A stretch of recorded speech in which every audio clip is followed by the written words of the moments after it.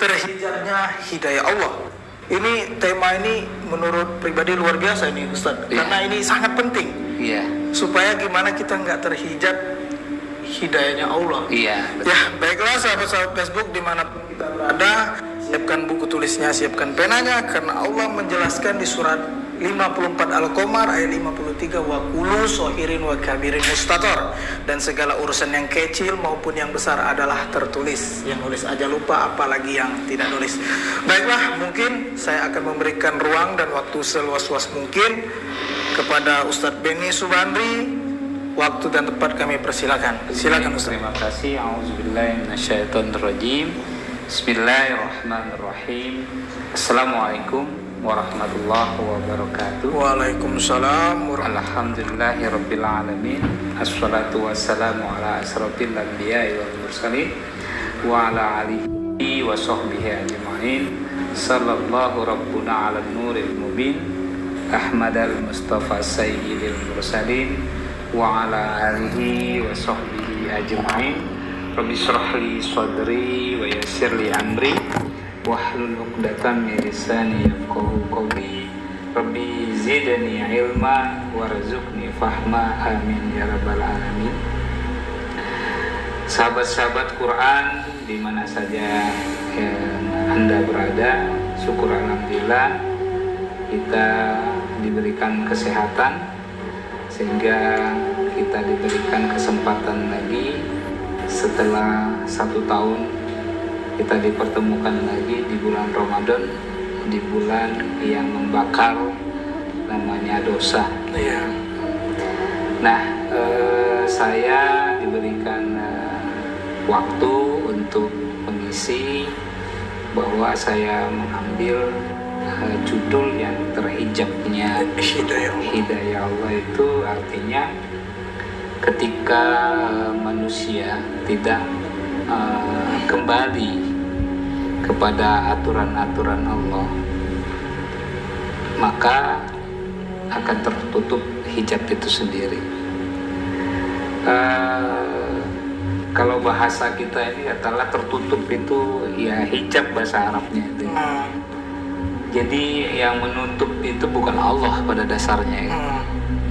Karena Allah berfirman itu akan memberikan petunjuk kepada siapa yang dikehendakinya, dan Dia juga menyesatkan kepada siapa yang dikehendakinya. Di surah Al-Baqarah ayat 272.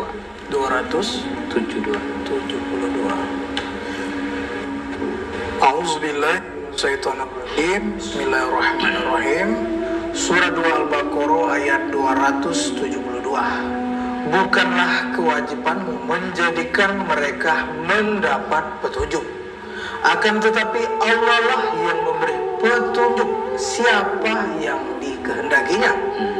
Dan apa saja harta yang baik yang kamu nafkahkan di jalan Allah, maka pahalanya itu untuk kamu sendiri.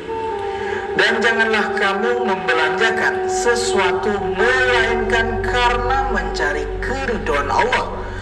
Dan apa saja harta yang baik yang kamu nafkahkan, niscaya kamu akan diberi pahalanya dengan cukup, sedang kamu sedikit pun tidak akan dianiaya, dirugikan. Jadi satu ayat ini cukup jelas bahwa siapapun manusianya, termasuk para nabi, wabil khusus Nabi Muhammad SAW, itu tidak berkewajiban untuk orang itu dapat petunjuk gitu dari mereka, dari para nabi atau kita sendiri. Tapi paling tidak ada orang yang mendengarkan nasihat baik dari lisannya Rasulullah atau baik dari lisannya orang lain, lalu mereka mendengar, terus mereka melihat dan merasakannya di hati. Nah, itu akan terbuka hijab. Gitu loh. Nah, yang tertutup itu tadi adalah ketika as-sama, pendengaran, ya kan, al-basar wal qalb itu tertutup. Artinya bukan Allah berarti yang menutup, kita sendiri yang menutup. Nah, maka di ayat itu pun apa caranya biar Allah memberikan hidayah, memberikan taufiknya? Karena Allah pengen melihat siapa nih yang pengen berubah, siapa nih yang pengen ingin mendapatkan hidayah. Gitu kan. Berarti kan dari kita sendiri gitu kan. Nah, jadi Allah cuma melihat dari pergerakan kita. Jadi apapun yang kita lakukan sebelumnya kesalahan, ketika kita bertaubat artinya kita ingin merubah, itu Allah tetap memberikan petunjuknya gitu. Kita contohkan, katakanlah orang yang sudah di zona nyaman, orang yang sudah pertama kali diberikan fasilitas surga itu Adam alaihissalam, ya kan? Ya. Semestinya dia nggak mungkin keluar dari zona nyaman itu kan. Iya. Nah, tapi perubahan dia sendiri yang menyebabkan fasilitasnya dicabut. Kalau bahasa kitanya itu ya surga. Itu ya. Ya, surga itu kan fasilitas. Iya. Nah, di surah ke Al-Baqarah juga ayat 37 sampai 38. 37. Bismillahirrahmanirrahim. Surah Al-Baqarah ayat 37 sampai 38. Kemudian Adam menerima beberapa kalimat dari Tuhannya, maka Allah menerima taubatnya. Sesungguhnya Allah Maha Penerima Taubat lagi Maha Penyayang. Tahan. Jadi di sini bahwa ketika Adam itu mengatakan kepada Allah memohon taubat, apa yang terjadi di situ? Allah menerima beberapa kalimat dari Adam menerima kalimat dari Allah ya, bahwa kalimatnya ya paling mohon ampun di situ. Iya kan? Yang paling utama dan pertama itu adalah mohon ampun. Ketika ada kalimat-kalimat yang dilontarkan, yang dimunajatkan oleh Adam, ya kan? Maka Allah menerima taubatnya. Apa kata Allah? Sesungguhnya Allah ini, saya ini kata Allah, penerima taubat ketika kamu sendiri sebagai hamba yang mau bertaubat. Jadi ketika Anda tidak mau bertaubat, ya gimana saya mau buka peluang itu gitu loh. Nah, 38-nya. Kami berfirman, turunlah kamu semuanya dari surga itu. Kemudian jika datang petunjukku kepadamu, maka barang siapa yang mengikuti petunjukku, niscaya tidak ada kekhawatiran atas mereka, dan tidak pula mereka bersedih hati. Nah, jadi sekarang ketika katakanlah seseorang yang pejabat ya terlalu pensiun, kira-kira fasilitas yang sudah ada itu tetap dipakai atau ditarik? Ditarik. Itu gambaran seorang nabi kalau pensiun, semua fasilitas nabi ya dicabut. Nah, dia kembali kepada masyarakat umum, kembali kepada makhluk Tuhan yang biasa kan. Tidak lagi menjadikan fasilitas. Nah, tetapi kata Allah, saya akan kasih petunjuk kepadamu, ya kan? Ketika kamu dapat petunjuk itu, jangan lagi ngulang, ya kan? Ikuti terus sampai seterusnya. Jadi ketika Anda mendapatkan petunjuk lagi kata Allah, jangan ngulang ke bahasa yang pernah kamu lakukan. Jadi kesalahan-kesalahan yang lalu itu harus ditutup. Nah, yang selanjutnya dan istiqomah, maka itu disebut dengan taubat nasuha. Itu yang akan dikasih petunjuk. Artinya apapun manusianya sebelumnya pasti pernah melakukan kesalahan. Ya, dan dosa itu. Nah, ketika hambanya ini menyadari bahwa dia bersalah dan berdosa, lalu memohon ampun dan dia mengikuti petunjuknya Allah, ya Allah buka hijabnya. Nah, artinya kenapa tertutup? Ini orang itu sendiri. Jadi manusianya yang menutup peluang untuk Allah kasih. Karena Allah tadi memberikan petunjuk kepada siapa yang dikehendaki. Iya kan gitu. Jadi jangan sampai katakanlah kita menghakimin orang atau menghakimin diri sendiri ketika kita sudah mengatakan pernah melakukan hal-hal yang buruk. Kita mengatakan bahwa kita ini sudah tertutup lah. Nah, hijab gitu ya, tertutuplah taubat. Jangan. Ketika Anda berjihad untuk keluar dari kejahatan, dari kesalahan, maka ada peluang kata Allah untuk mendapatkan petunjuk tersebut. Ini yang harus kita syukuri, ya kan? Dalam arti kita memahami bentuknya bahwa Allah sudah ngasihkan petunjuk ini. Niscaya petunjuk itulah yang akan katakanlah membuka hijab yang sudah tertutup di dalam diri kita. Nah, nanti sampai kajiannya berarti ada hal-hal yang membuat manusia itu terhijabnya adalah hidayah karena hal-hal yang dilakukan oleh hambanya. Dalam arti dia membantah atau membangkang dari petunjuk yang sudah diberikan oleh Allah. Kan udah. Nah, katakanlah manusia mulai sedikit berangsur-angsur mulai memahami ya. Itu dalam arti sudah membuka peluang mereka untuk kembali kepada petunjuk Allah. Nah, tinggal berapa besarnya ya kan kemauan mereka untuk mencapai kepemahaman mereka sehingga akal, pikiran dan hati nurani mereka ini terbuka. Di situ Allah akan membuka hijabnya atau ditarik ya kan? Sehingga apa yang sudah dilakukan ini adalah untuk menghancurkan tembok-tembok ya. Karena Allah berfirman itu di surah 8 Al-Furqan ayat 29 ya. Kebenaran kita ini adalah bulan Ramadan. Bismillahirrahmanirrahim. Surat 8 Al-Anfal ayat 29. Hai orang-orang beriman, jika kamu bertakwa kepada Allah, niscaya Dia akan memberikan kepadamu furqan dan menghapuskan segala kesalahan-kesalahanmu dan mengampuni dosa-dosamu. Dan Allah mempunyai karunia yang besar. Jadi hikmah termasuk katakanlah kenapa orang itu banyak berbuat di dalam bulan Ramadan, karena salah satunya petunjuk turun itu di bulan Ramadan, yaitu Quran itu sendiri. Nah, maka di dalam ayatnya bahwa ya ayyuhalladzina amanu ittaqullah yaj'al lakum furqan.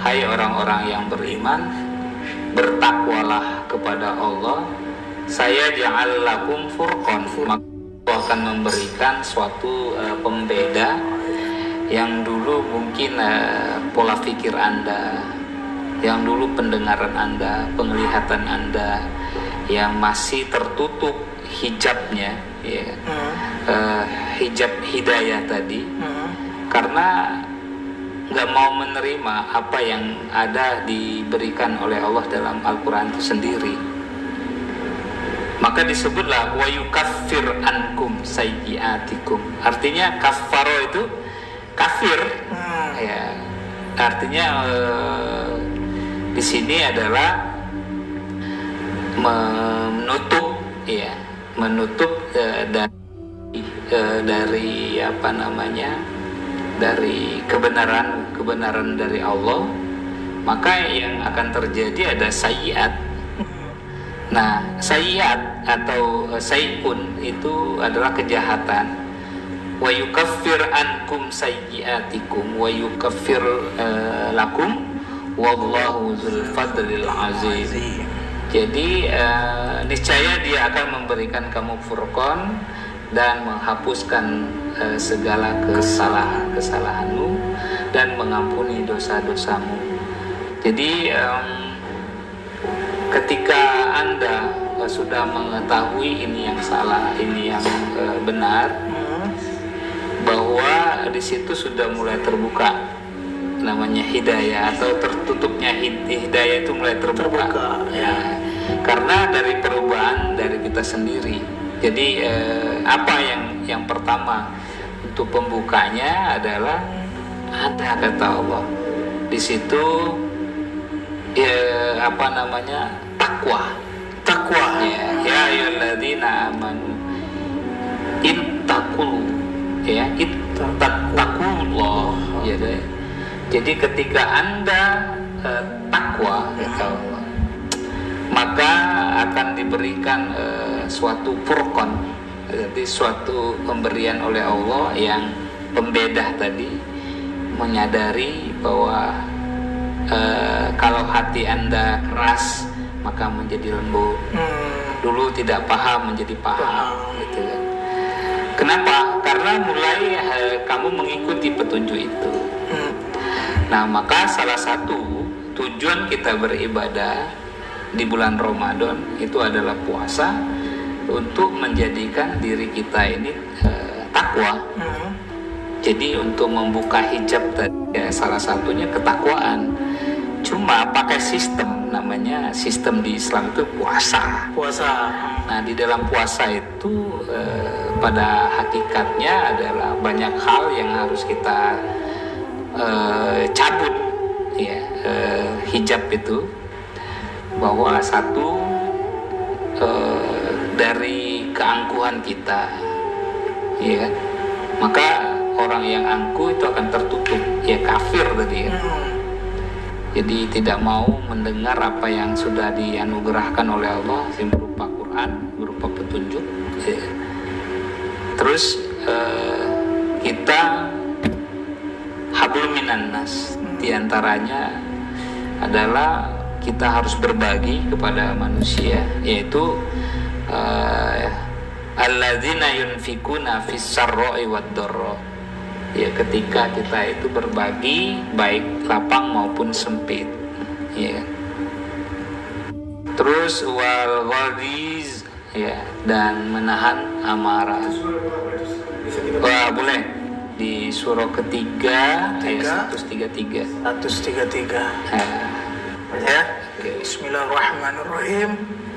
Surat 3 Al-Imran ayat 133. Dan bersegeralah kamu kepada ampunan dari Tuhanmu dan kepada surga yang luasnya seluas langit dan bumi, yang disediakan untuk orang-orang yang bertakwa. Nah, jadi wasari'u ila maghfir. Jadi maka hadis itu dibilang pertama 10 hari pertama di bulan Ramadan itu bulan ampunan. Ya, bagi hamba-hambanya. Maghfirah artinya di situ yang mana yang diampuni oleh Allah, itulah hamba yang mana. Ketika Anda melakukan salah satu perbuatan yang bentuknya adalah wujudnya memuliakan Anda, salah satunya tadi adalah di 134-nya. Di 134-nya. Oke. Yaitu orang-orang yang menafkahkan hartanya, baik di waktu lapang maupun sempit. Alladzina yunfikuna fis sarra'i wad dharra. Nah, ini adalah salah satu penghancur atau mencabut hijabnya tadi, supaya kita menjemput hidayah. Jadi ketika tertutupnya hidayah atau terhijabnya hidayah tadi, ketika kita nggak mengadakan perubahan. Nah, maka awal saya mau katakan kenapa ada sistem puasa, itu adalah salah satu untuk menghancurkan tabiat kita yang salah, yang tidak mengikuti aturan Tuhan, ya kan? Yang satunya nafsu, emosionalnya situ tergabung. Makanya kata Allah, ketika Anda melakukan ketakwaan maka furqan. Jadi yang lama dulu akan, yang katakanlah kesalahan-kesalahan kita akan dihancurkan oleh namanya perbuatan baik. Maka perbuatan baik itu akan menghapuskan kesalahan-kesalahan dan dosa-dosa kita setelah ini ya. Yang kedua ya, di ayat ini wal kazimina anil ghaiz, artinya menahan amarah. Jadi silaturahim kita ya kita perbanyak. Kadang-kadang kita amarah itu karena belum memahami seseorang. Iya benar. Jadi kadang-kadang karakter teman dengan kita, kadang-kadang kita melihat itu sebelah mata karena kita merasa pendekatan, padahal mereka belum nyaman dengan pendekatan kita. Nah maka zurhibban tasbat hubban. Jadi kalau kita jarang ketemu, ketika kita ketemu menambah kasih sayang. Iya benar.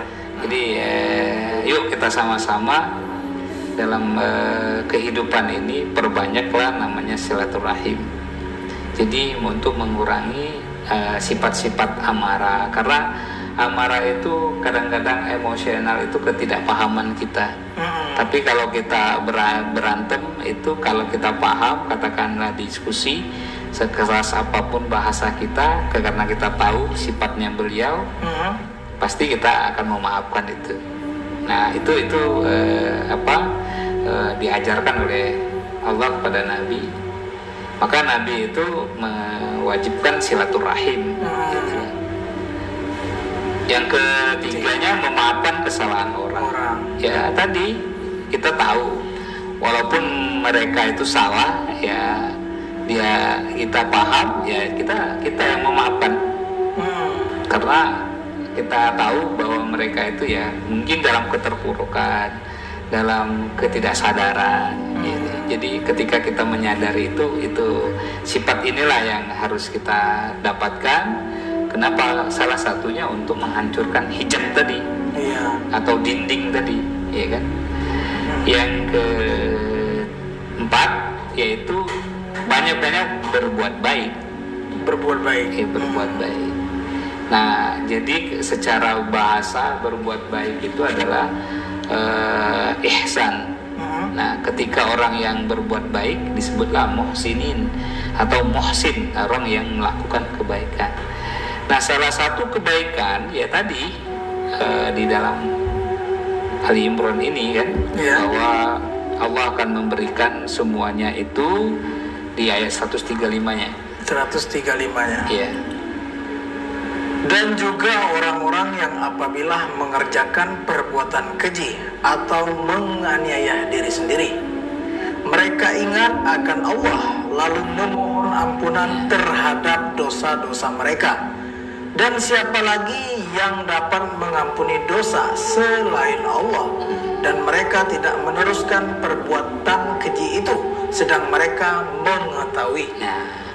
Jadi ketika kita melakukan kesalahan, apa kata Allah? Cepat-cepat kita adalah mohon ampun. Jadi bukti kita mohon ampun ya harus ingat kesalahan. Banyak orang melakukan istighfar, mohon ampun, tapi nggak tahu apa yang diminta. Iya benar. Berarti di sini Ustaz, berarti hidayah itu bukannya Allah menutupi kan? Bukan. Ternyata diri kita sendiri yang menutupi hidayahnya Allah itu. Ya mungkin Ustaz di sini terima kasih, ini kayaknya banyak yang hadir Ustaz, mungkin kita sapa-sapa sebentar ya Ustaz ya. Iya, silakan. Ini kita sapa-sapa dulu. Sahabat-sahabat Facebook dimanapun kita berada, terima kasih yang telah hadir, semoga sehat selalu. Di sini kita akan sapa-sapa, silakan yang mau bertanya, silakan bertanya, tulis saja di kolom komentar. Ini pertanyaan pertama dari, ini ada yang bertanya, bagaimana ukuran manusia bawah petunjuk Allah karena sering dengan mendapatkan petunjuk dari mimpi, dalam mimpi didatang malaikat berjumpa. Bagaimana itu Ustaz? Jadi kalau di mimpi itu masih ada takwil ya, masih penafsiran. Kita yang harus yang jelas ya dan yang nyata bahwa kata Allah tadi petunjuk itu ada sudah Dzalikal kitab. Jadi yang nyata itu ya kitab gitu loh. Ya. Artinya ketika Anda mendapatkan ayat bukan hanya di bulan Ramadan, karena awalnya di bulan Ramadan, iya.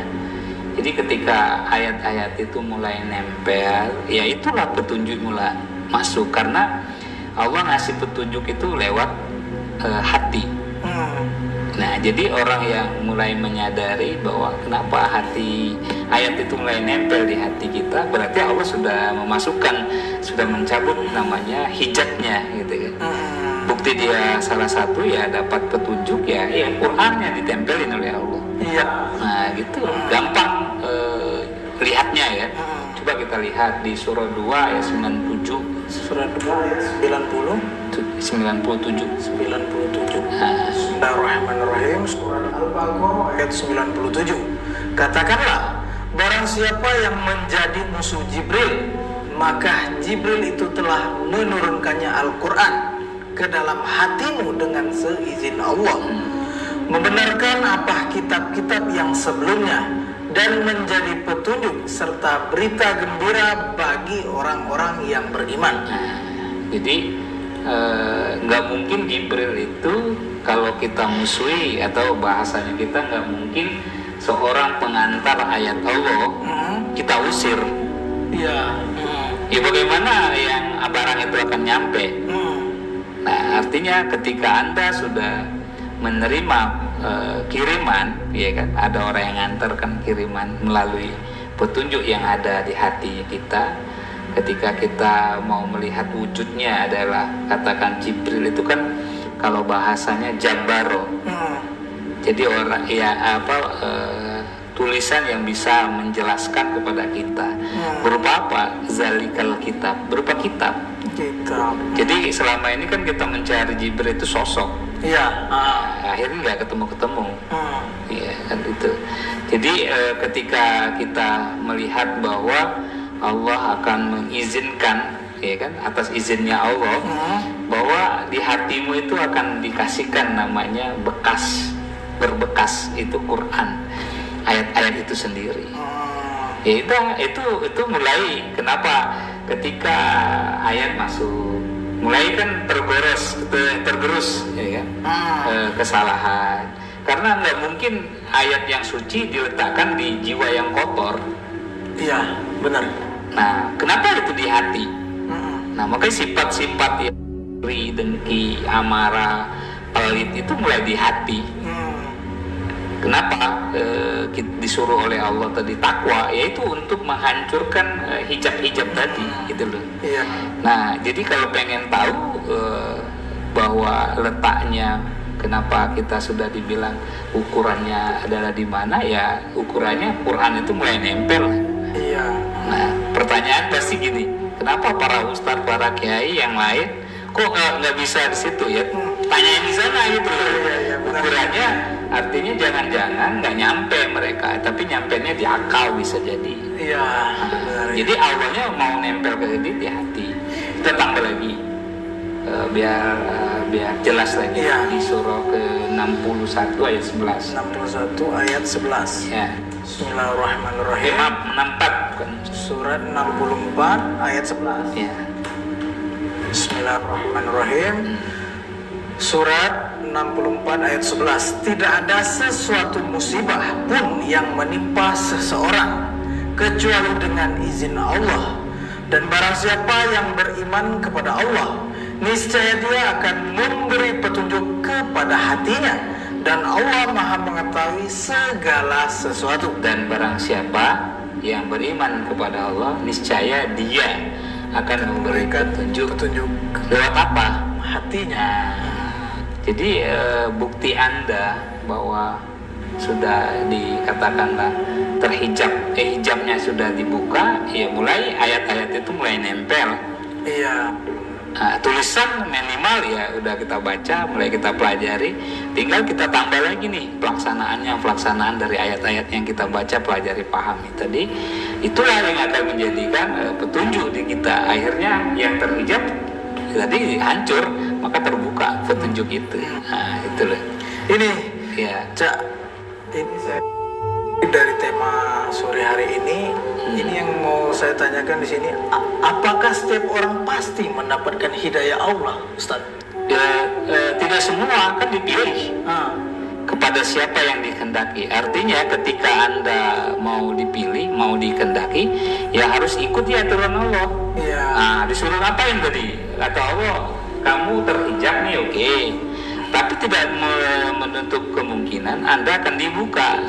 Kenapa? Ketika Anda mengikuti aturan. Ya. Salah satu aturannya untuk menghancurkan hijab supaya kamu terbuka hidayah, kata Allah, lakukan namanya ketakwaan. Ya. Nah, gitu ya. Oke. Ya, di sini Ustaz ada pertanyaan lagi dari sahabat-sahabat Facebook. Ini dari Imas. Ya. Apa ciri-ciri orang yang mendapatkan hidayah? Ya. Itu pertanyaannya. Ciri-ciri. Ya tadi kalau katakanlah kita mulai secara umum ya, orang-orang yang biasanya kepada umumnya itu kepada fisik ya. Tapi yang maunya Allah bukan fisik sebenarnya, kepada jiwa gitu ya. Karena fisik itu bisa ikut dengan tren, bisa berubah dari tidak berhijab ke berhijab, ya kan? Pakaiannya mungkin yang terbuka menjadi tertutup secara fisik. Ya. Oke. Artinya itu mulai peluang lah ya. Tapi kalau misalnya dia menutupi badannya, terus tidak merubah perilakunya, ya tetap saja. Misal sampean pinter ngaji, tapi perilaku Anda tidak sesuai dengan kajian. Tadi menutup pakai jilbab, tapi perilakunya tetap masih menyakitin orang, memfitnah orang. Ya itu belum dikatakan oleh Allah sudah mendapatkan petunjuk atau terbuka hijabnya gitu. Jadi ukurannya tadi adalah ketika orang itu kembali ke jalan Allah.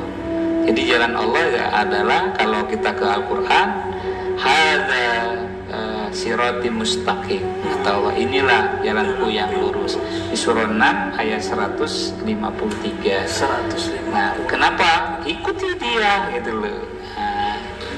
Bismillahirrahmanirrahim. Surah 6 Al-An'am ayat 153. Dan bahwa yang kami perintahkan ini adalah jalanku yang lurus, maka ikutilah dia, dan janganlah kamu mengikuti jalan-jalan yang lain, karena jalan-jalan itu mencerai-beraikan kamu dari jalannya.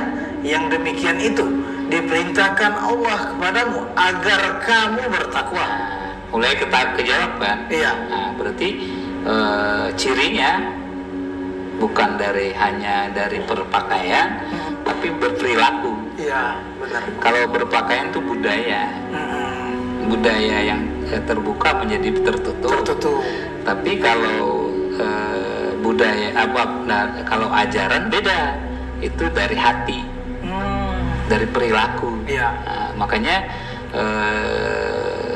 sebaik-baik pakaian itulah pakaian takwa, gitu. Itu harus kita pahami betul. Jadi pakaian takwa itu ya artinya perilaku sebenarnya, bukan mereknya pakaian. Itu loh. Sebaik Anda semahal apapun pakaian jubah, busana Anda, itu ya tidak bernilai di mata Allah. Nah, yang dinilai oleh Allah adalah ketakwaan Anda. Jadi bukti Anda sudah dimuliakan oleh Allah, ya saya berikan namanya kitab yang mulia. Nah itu kan, jadi Allah pilih tidak semua gitu. Kalau pertanyaannya tadi, kalau mau cirinya ya tadi manusia akan berubah perilakunya, akhlaknya gitu kan. Jadi bukan di budayanya, di ajarannya yang ditingkatkan gitu loh. Oke. Terima kasih. Ini pertanyaan, ada lagi yang bertanya dari sahabat, ini dari Wahid. Untuk apa adanya surga kalau dosa itu adalah sebuah nikmat, Ustaz? Ya, jadi kan di surah ke-67 ayat 2 lah. Bismillahirrahmanirrahim. Surah 67 ayat 2. Yang menjadikan mati dan hidup supaya dia menguji kamu, siapa di antara kamu yang lebih baik amalnya dan dia maha perkasa lagi maha pengampun. Ya, jadi tadi ada surga, ada kesalahan. Jadi orang itu terkadang kalau nggak ada ujian nggak dapat hikmah kan. Jadi orang kaya diuji dulu dengan kemiskinan, baru dia merasakan bahwa kekayaan itu adalah nikmat. Tapi kalau dia tidak merasakan kesulitan, dia seolah-olah memiliki dia semua. Sama di sini kata Allah. Kenapa kalau Allah menghidupkan, kenapa dimatiin lagi? Pada dasarnya kata Tuhan sebenarnya bukan apa-apa. Saya pengen nguji aja.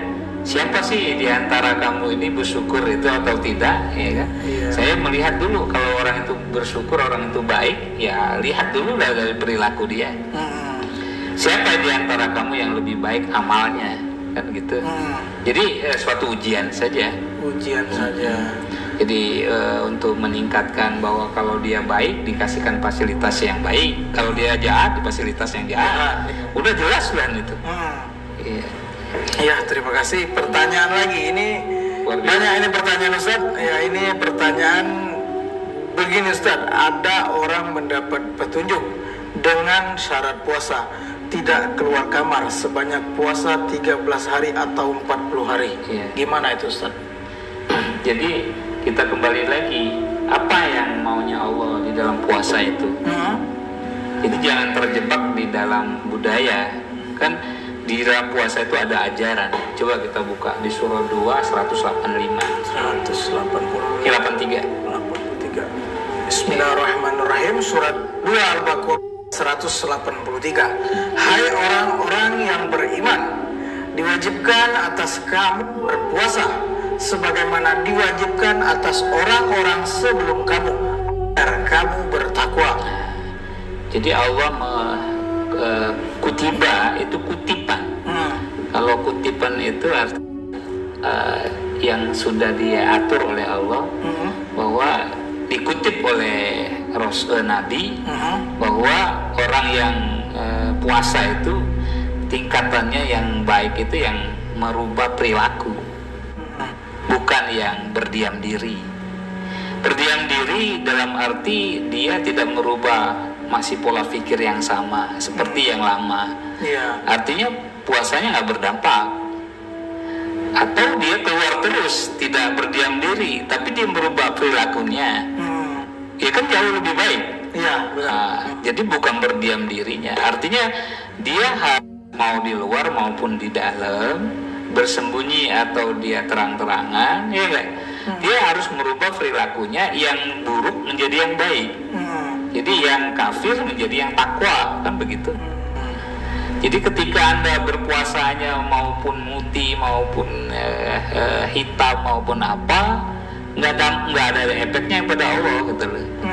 Karena yang mengefek itu puasa Anda, yang ketika puasa itu ada unsur ajaran yang membuat perilaku Anda mulia. Salah satu tadi bahwa Anda bersosialisasi. Anda mensyukuri apa yang diberikan oleh Allah, yaitu rezeki untuk berbagi, ya. Ketika Anda bersalah, Anda cepat-cepat mohon ampun. Ketika Anda ada orang minta maaf, Anda memaafkan. Terus perilaku Anda semakin lama semakin lebih baik.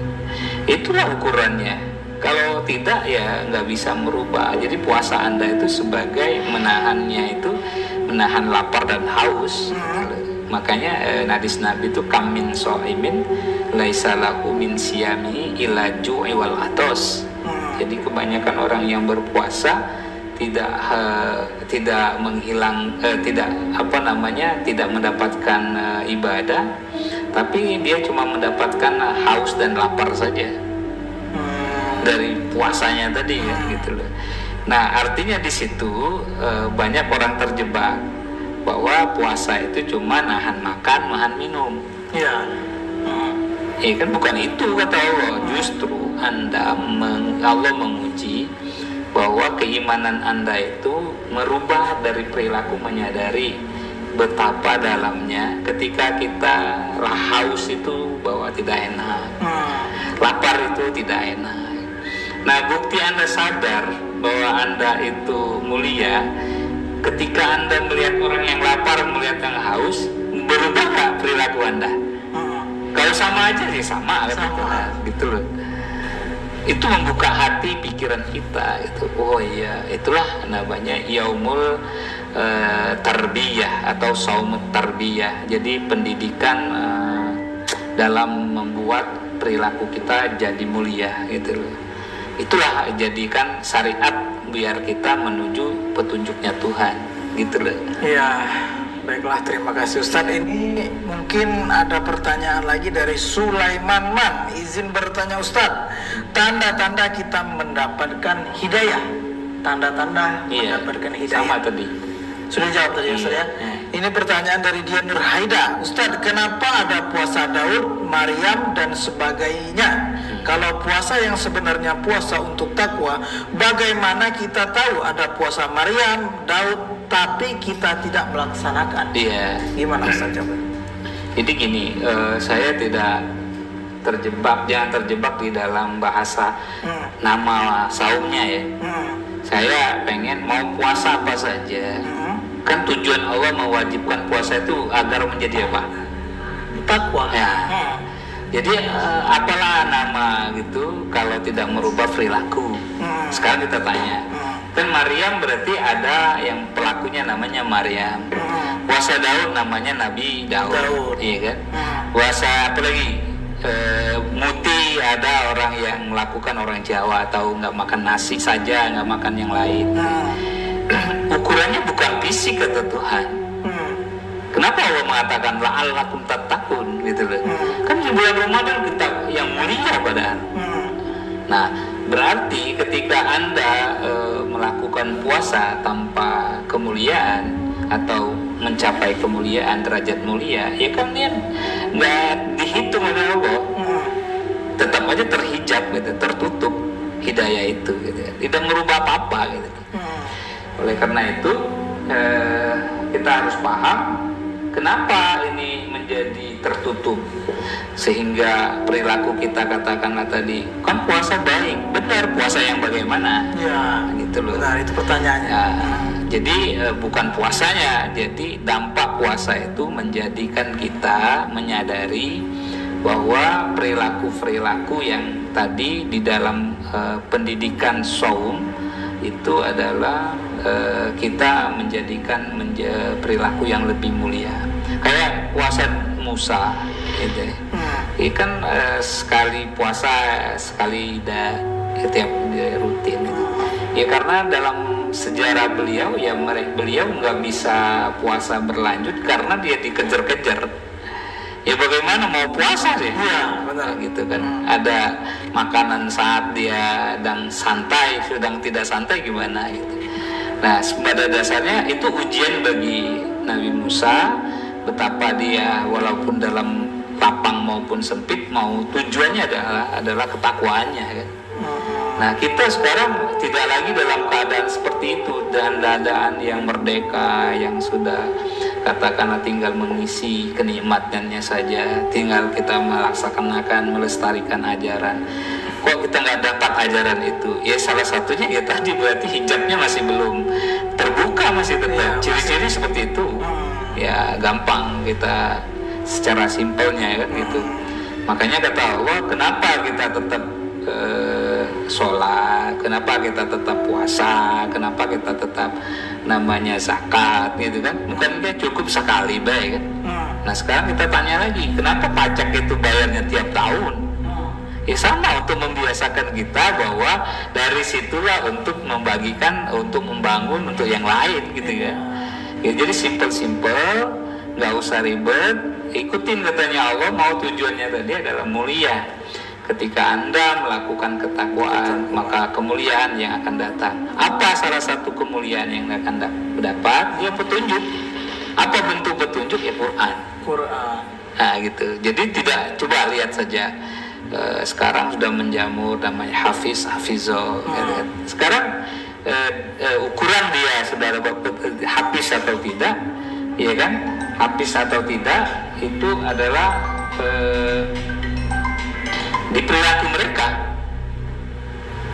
Iya kan? Iya benar. dia habis ayat, ya tulisan ayatnya yang berapa. Tapi hikmah dari ayat itu yang belum dia dapat. Dia tetap tertutup kata Allah. Iya, benar. Gitu loh. Iya benar. Berarti yang harus dibenahi atau apa? Berarti puasa tujuannya untuk membenahi perilaku kita, perilaku kita, jadi emosi kita. Jadi orang males untuk marah karena ya namanya ngomong lagi susah, apalagi marah-marah. Karena lapar, haus. Iya benar. Gitu loh. Jadi ajaran kita itu sudah masuk ke takwa, tapi kita nggak tahu syariatnya ini. Jadi tujuan kita syariat itu adalah untuk menuju takwa, gitu loh. Orang bersyariat itu bukan salah kalau dia paham. Iya benar. Tapi orang syariat kalau nggak paham, dia sama nyalain orang yang bersyariat. Justru ini keseluruhan, gitu loh. Iya, terima kasih. Ya ini Ustaz, sahabat-sahabat Facebook dimanapun kita berada, bagi sahabat-sahabat mungkin yang mau masih bertanya, silakan bertanya, tulis saja di bawah di kolom komentar. Ini Ustaz, mungkin saya kurang jelas atau saya mau bertanya sekali lagi, mungkin sahabat-sahabat Facebook juga mau mendengar pertanyaan ini. Apa yang menyebabkan kita terhijabnya hidayah Allah, Ustaz? Harus dijelaskan supaya konklusinya. Jadi itu yang mau saya tekankan. Berarti sama yang saya kutip gitu kan. Salah satunya adalah manusia masih ragu dengan petunjuk Allah. Makanya kata Allah, zalikal kitabul la raiba fi hudal lil muttaqin. Kenapa Allah fokuskan itu kitab untuk petunjuk bagi orang yang takwa? Lil muttaqin itu orang yang melakukan ketakwaan. Nah, akan dapat petunjuk itu. Jadi ketika Anda nggak takwa, maka Anda nggak dapat. Nah, itu salah satu tertutupnya hijab. Jadi sekarang berlomba-lomba dalam berbuat takwa, berbuat baik, karena dari dalam takwa itu ada namanya berbuat baik di situ. Nah, itu kan. Yang kedua, selain kita ragu-ragu, kita juga ada perilaku yang masih menghantui di diri kita, yaitu adalah ketika kita tidak taat kepada Allah. Bukti kita taat kepada Allah, kita harus melakukan kebaikan, yaitu kepada ibu bapak. Nah itu yang saya rasakan, memang ketika kita dekat kepada taat kepada Allah, pasti kita harus ikuti apa yang diperintahkan oleh Allah, yaitu memuliakan ibu bapak. Ketika Anda memuliakan ibu bapak Anda, maka Anda sama dengan mengikuti aturannya Allah. Kenapa banyak orang terjebak di situ? Jadi kalau kita mau hitung-hitung, kita punya anak 10,